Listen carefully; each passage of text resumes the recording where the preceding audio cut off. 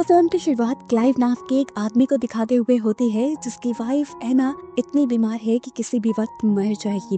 वो उसे खोना नहीं चाहता, इसलिए ये उसकी सोल को पेंटिंग रिचुअल के जरिए पेंटिंग में कैद करने का सोचता है, जिससे वो हमेशा क्लाइव के पास रह सकेगी। 20वीं सेंचुरी में ये रिचुअल आम था। लोग अपने प्यारे मरे हुए लोगों की सोल को पेंटिंग में कैद कर लिया करते थे ताकि वो हमेशा उनसे बात कर पाए, लेकिन अब ये तकरीबन खत्म हो चुका था और क्लाइव भी पहली मर्तबा इसे कर रहा था। वो कैनवस तैयार करके कुछ कैंडल्स जलाकर ये रिचुअल तो करता है, पर उसकी वाइफ की सोल पेंटिंग में नहीं आती और वो ये रिचुअल छोड़कर चला जाता है। जबकि पीछे से दिखाया गया कि कैनवस पर अब रंग चढ़ने लगे थे। वहाँ अब एक पेंटिंग बन गई थी जो कि एना की नहीं थी। ये पेंटिंग किसी ईवल लेडी की थी जिसके खूबसूरत चेहरे के साथ हाथ डरावने थे और अंधेरे में उसकी आंखें किसी शैतान की तरह चमक रही थी। क्लाइव जब यहाँ आया तो इस पेंटिंग को देखकर ढक गया। वो इस पेंटिंग को जलाने की कोशिश करता है पर वो जलती नहीं और इसमें से ईवल लड़की निकलकर उस पर अचानक हमला कर देती है और एकदम से दूसरी तरफ एना को होश आ जाता है और कुछ पल के लिए लगता है कि शायद ये सब जो था वो एना का ख्वाब था, पर नहीं, ये सब सच था, क्योंकि अब क्लाइव अजीब सी शक्ल के साथ उसके सामने बैठा था। उसके चेहरे के रंग अजीब थे और वो एना को देखते हुए पागलों की तरह हंस रहा। और बस फिर सीन यहीं से कट होकर हमें 5 महीने बाद एना की बहन एवलिन की फैमिली को दिखाया जाता है। ये लोग फाइनेंशियली ज्यादा स्ट्रॉन्ग नहीं, यहाँ तक कि एवलिन के हस्बैंड का बिजनेस भी बहुत डाउन जा रहा है और इन्होंने काफी सारे बिल्स भी पे नहीं किए। एक दिन एक पोस्टमैन एवलिन के घर आता है और उसे बुरी खबर देता है कि उसकी बहन एना मर चुकी है और उसके साथ उसका हस्बैंड भी, और इस वजह से एना की सारी प्रॉपर्टी एवलिन के नाम हो गई थी। ये सुनकर एवलिन बहुत ज्यादा हैरान हो जाती है क्योंकि एना ने लव मैरिज की थी एक बहुत बड़ी फैमिली में। एवलिन की तो एना के लॉस के साथ कोई अटैचमेंट भी नहीं थी, फिर भी उसकी सारी प्रॉपर्टी उसके नाम कर दी गई। उनको $10,000 दिए गए, साथ में एना का घर भी, और कहा गया कि उन्हें अब एना के घर रहना होगा। ये पूरी फैमिली अब अपना सामान पैक करके एना के घर रहने के लिए चले जाते हैं। ये लोग फाइनली एना के महल में पहुंचते हैं जहां पर बहुत सारी पेंटिंग्स थी, जिन्हें देखकर ये लोग भी हैरान हो जाते हैं कि एक घर में इतनी पेंटिंग्स क्यों। यहाँ पर उस ईवल लेडी की पेंटिंग भी रखी हुई थी जिसका पेंट अभी गीला था, इस तरह कि जैसे उसे अभी अभी बनाया गया हो। एवलिन उसे उठवाकर एटिक में रखवा देती है क्योंकि ये न्यूड थी और एवलिन की छोटी बेटी के देखने के काबिल नहीं थी। खैर रात हो जाती है और ये सब सोने के लिए अपने अपने रूम्स में चले जाते हैं। एवलिन की बेटी को अपने कमरे में लगी पेंटिंग से डिस्टर्बेंस होने लगती है। उसे ऐसा फील होता है जैसे पेंटिंग में बना यह आदमी उसे लगातार देख रहा है। वो इस पेंटिंग को उतारने की कोशिश करती है लेकिन बहुत जोर लगाने के बावजूद भी ये पेंटिंग नहीं उतर पाती। तंग आकर एवलिन की बेटी सो जाती है और आधी रात में दिखाया जाता है कि उस पेंटिंग में से वो आदमी निकलकर एवलिन की बेटी के बाल काट जाता है। जबकि दूसरी तरफ एवलिन के हस्बैंड को भी किसी की विस्परिंग की आवाज आती है और किसी का शैडो भी दिखाई देता है, लेकिन जैसे ही उसने दरवाजा खोला वो शैडो गायब हो गया। सुबह होने पर एवलिन की बेटी को अपने कटे बाल देखकर बहुत ज्यादा गुस्सा आया। उसे लगा कि ये जरूर उसकी छोटी बहन ने किया होगा, लेकिन ऐसा नहीं था, हम जानते हैं। लेकिन एवलिन की मॉम गुस्से में अपनी छोटी बेटी से अपनी बड़ी बहन से माफी मांगने को कहती है और वो मांग भी लेती है, लेकिन फिर भी यही बताती रहती है कि मैंने ये सब नहीं किया। खैर अब थोड़ी देर बाद सभी अपने रूटीन के कामों पे चले जाते हैं। एवलिन घर की साफ सफाई करने लग जाती है जबकि उसकी छोटी बेटी घर पे उसके पास ही थी। मिरर की सफाई करते हुए उसे मिरर में नजर आया कि जैसे पिछली पेंटिंग में कोई हिल रहा हो। पीछे मुड़कर देखा उसने तो ऐसा कुछ नहीं था, यह उसे उसका वहम लगा। फिर अचानक उसे अपने घर में कोई भागता हुआ दिखाई दिया। ये एक बच्ची थी। उसे लगा उसकी बेटी होगी, लेकिन उसकी बेटी तो बाहर खेल रही थी। आखिर ये कौन थी? एवलिन को दोबारा किसी बच्चे के भागने और हंसने की आवाज आती है जिसका वो पीछा करते करते नीचे बेसमेंट में चली जाती है और नीचे बेसमेंट में जाने पर उसे एक कैबिन बंद होता दिखाई देता है, जैसे वो बच्ची उस कैबिन में चली गई हो। लेकिन खैर यहाँ पे एवलिन को कुछ नहीं मिलता। दोबारा रात हो जाती है और हमें दिखाया जाता है कि रात में एवलिन की बेटी ने उस पेंटिंग के ऊपर कपड़ा ढक दिया था जिससे वो डर रही थी। ये करके वो सो गई और रात में उसे दोबारा इस तरह फील हुआ जैसे कोई उसके बाल काट रहा हो। उसने उठकर देखा यहाँ उसकी बहन भी नहीं थी। फिर अचानक उसने देखा कि पेंटिंग के ऊपर कपड़ा कुछ इस तरह से हिल रहा था जैसे उसके पीछे कोई इंसान हो। वो उससे डर गई और अलमारी में चली गई और अगले ही पल वो शैडो, वो सोल अलमारी में आ गई और वो एवलिन की बेटी पर हमला करके उसके बाल काटने लगी। डर कर ये लड़की जोर से चिल्लाई और उसकी पूरी फैमिली उसके कमरे में आ गई। रोते हुए उसने अपनी फैमिली को वो सब बताया जो उसके साथ हुआ था, लेकिन उसके डैड उसकी बात मानने को तैयार नहीं थे क्योंकि कोई भी पेंटिंग में से कैसे निकल सकता था। अब एवलिन के कहने पर वो इस पेंटिंग को उठाकर एटिक में रख देते हैं। एवलिन भी यहाँ अपने हस्बैंड को सुबह में होने वाली अजीब चीजों के बारे में बताना चाहती थी, लेकिन अपने हस्बैंड का गुस्सा देखकर एवलिन ने उसे कुछ नहीं बताया। रात में अब एडम को भी दोबारा किसी की विस्परिंग की आवाज आती है। वो बाहर जब देखने गया तो उसे वहाँ कुछ नजर आया या नहीं ये नहीं बताया गया, लेकिन सीन कट होकर हमें दिखाया गया कि एडम की आंख एटिक में खुली थी। वहाँ पर वही ईवल पेंटिंग पड़ी हुई थी जिसकी आंखें किसी शैतान की तरह चमक रही थी। उसे देखकर एडम डर गया और जैसे ही एडम ने उसके ऊपर विंडो खोलकर रोशनी डाली तो वो नॉर्मल पेंटिंग में बदल गई। एडम को उस पेंटिंग से डर लग रहा था, इसलिए एडम ने अब उस पेंटिंग के ऊपर कपड़ा डालकर उसे बांध दिया।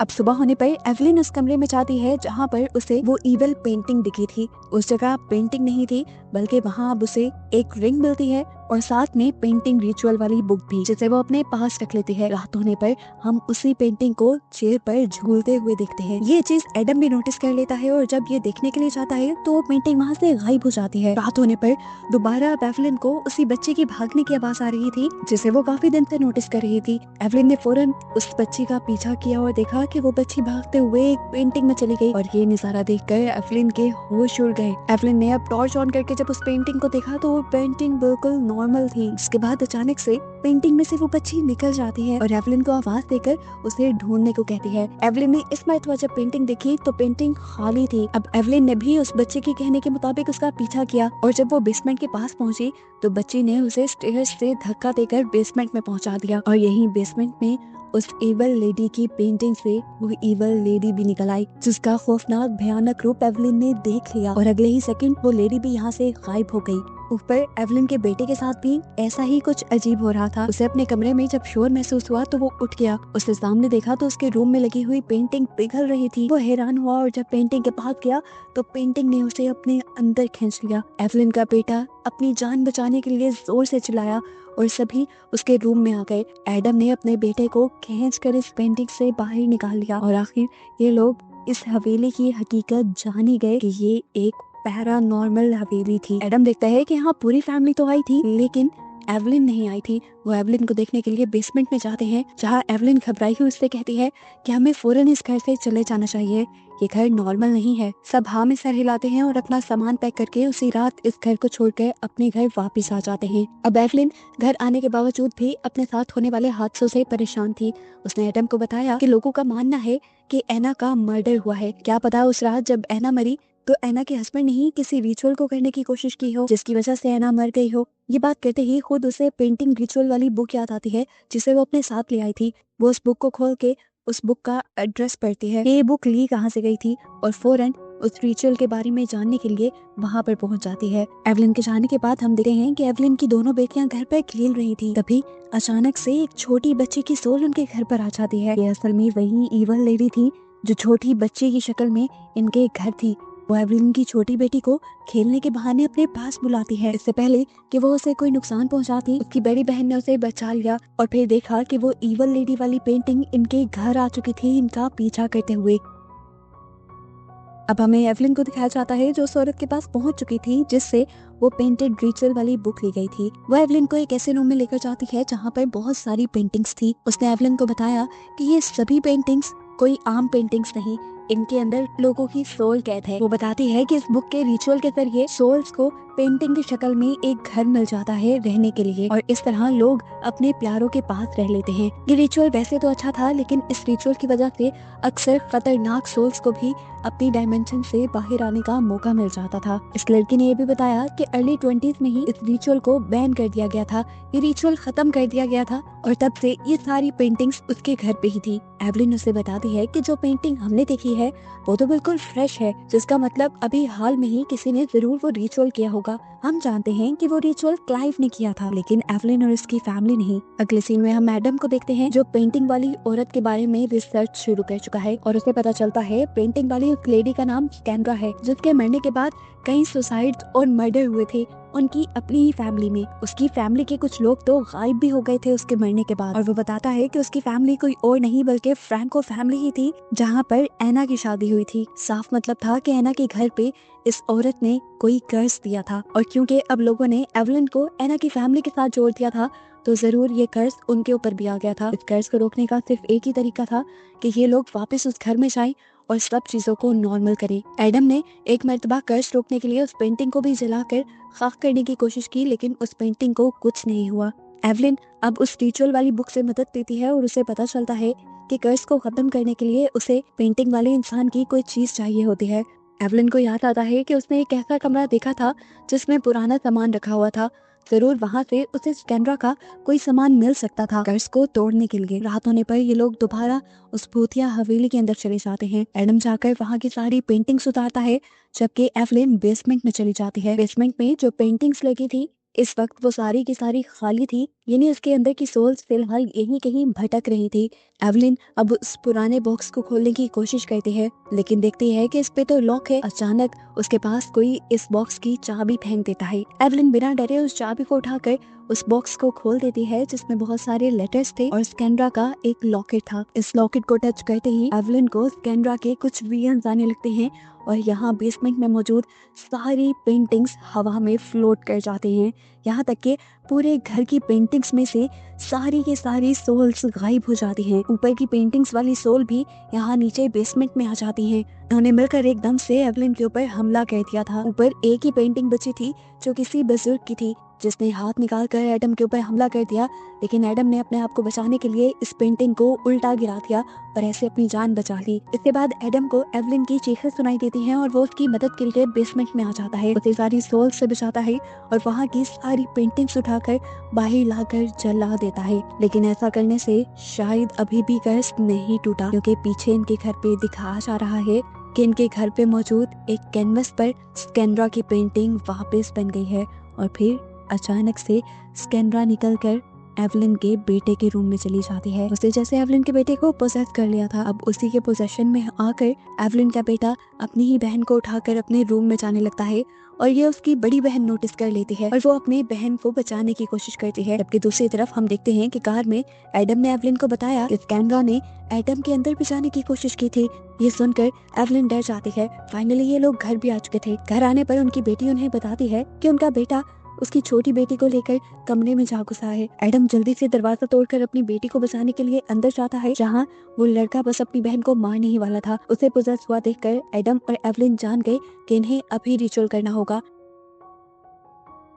वो अपनी बड़ी बेटी को कहते हैं कि अपनी बहन को लेकर यहाँ से कहीं दूर चली जाओ और पूरी रात गुजरने तक इस घर में वापस मत आना। ये लोग अब रिचुअल की तैयारी करते हैं और यहाँ पर एक कैनवस लगा देते हैं। एवलिन को अपने बेटे के रूम में स्कैनरा वाली पेंटिंग का कैनवस भी दिखता है, जिसके अंदर अभी पेंटिंग नहीं थी, यानी उसकी सोल बाहर ही घूम रही थी। बाहर क्या, वो एवलिन के बेटे के जिस्म में थी। ये लोग दरवाजे को अच्छी तरह बंद करते हैं और कुछ लाइट्स जलाकर कैनवस के सामने पेंट्स रख देते हैं, जिसके बाद इन्होंने अपना रिचुअल स्टार्ट किया था, जिससे स्कैनरा पेंटिंग से अलग हो जाती और वो उस पेंटिंग को जला देते, जिसके बाद स्कैनरा की सोल को आजादी मिल जाती। रिचुअल करते हुए ही इन्हें कुछ अजीब महसूस होता है। ये जब पेंटिंग से कपड़ा हटाते हैं तो देखते हैं कि स्कैनरा पहले से ही अपनी पेंटिंग में आ चुकी थी, जो उसे बताते हैं कि ये कर्ज ऐसे नहीं खत्म होगा। उन्हें इस कर्ज को खत्म करने के लिए स्कैनरा के हस्बैंड की सोल को लाकर इस पेंटिंग में समन करना होगा।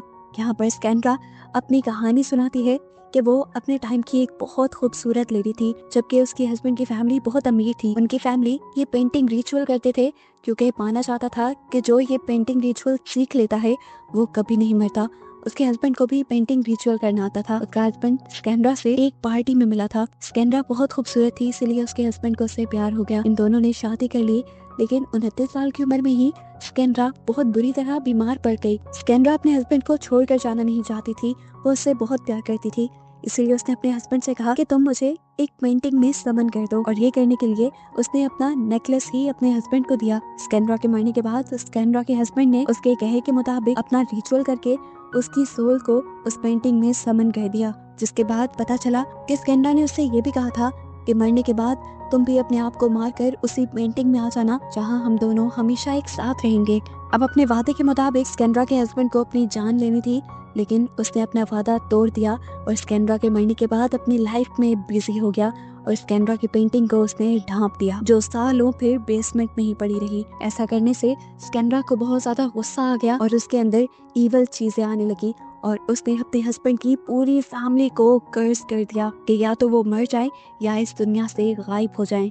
यहाँ तक कि स्कैनरा ने खुद भी इस काम के लिए बहुत एफर्ट की। वो अपने हस्बैंड की फैमिली के आदमियों को पोजेस करती थी और उनसे उनकी वाइफ्स को मरवा देती थी, जैसा कि उसने क्लाइव से एना को भी मरवाया था। सीन प्रेजेंट में आते हैं और दिखाया जाता है कि एवलिन और एडम दोनों ही स्कैंड्रा के हस्बैंड की सोल को समन करने की कोशिश कर रहे हैं, लेकिन यहाँ पर पता चलता है कि जब तक सोल की अपनी मर्जी ना हो वो तब तक पेंटिंग में नहीं आती। परेशानी बहुत ज्यादा बढ़ गई थी।